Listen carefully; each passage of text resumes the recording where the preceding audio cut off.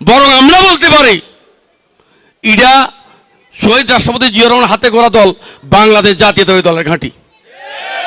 আমরা বলতে পারি এখন, কারণ 5 আগস্টের পরে 14 গ্রামে 434টি গ্রাম আমরা গ্রাম কমিটি করেছি। প্রথম কি করেছি, জিয়া রহমান যখন ক্ষমতায় ছিলেন উনি গ্রাম সরকার করেছিলেন। কি কারণে, ফ্যাসিলিটি যেটা আসবে সেটা সরকার গ্রাম সরকারের মাধ্যমে আসবে, একদম তৃণমূলে পৌঁছে দেওয়ার জন্য উনি গ্রাম সরকার করেছেন। আমরা সেই আদলে গ্রামের কমিটি করেছি, গ্রাম সরকার করেছি। দল যখন ক্ষমতায় আসবে ওইটা আমরা অটোমেটিক স্বীকৃত হয়ে যাবেন আপনার গ্রাম সরকার। প্রথমে গ্রাম কমিটি, তারপরে আমরা প্রতিটা ওয়ার্ডে গিয়েছি, প্রতিটা ওয়ার্ড আপনারা দেখেছেন।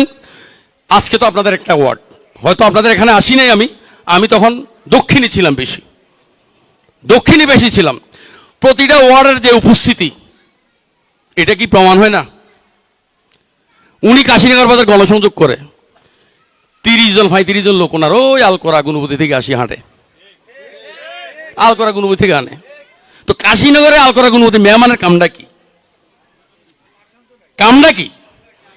এখানে কয়জন লোক জামাত করে?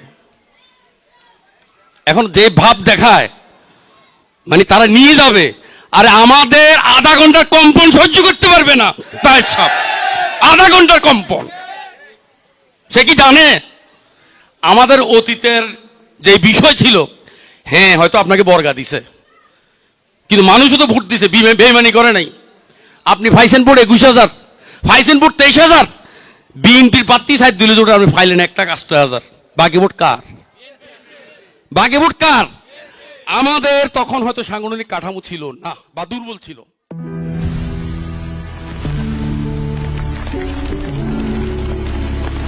যেখানে শুরু হয় সত্যের যাত্রা, খবর 14 গ্রাম, সাথেই থাকুন। ধন্যবাদ।